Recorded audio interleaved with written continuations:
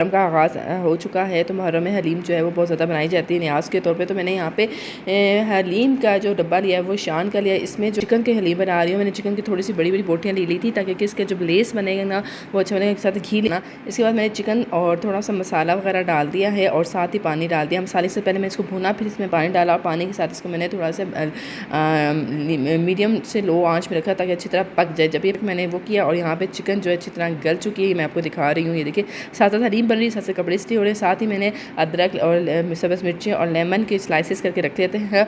और यहाँ पे जो है वो मैंने दाल डाल दी है वगैरह, क्योंकि गोश्त मैंने निकाल दिया था चिकन का और जो पानी रह गया था उसमें मैंने दाल मिक्स करके थोड़ा सा पानी रेशा हो चुका है। यहाँ पे जी दाल पक रही है, यानी कि दरीम की जो दाल है वो पक रही है।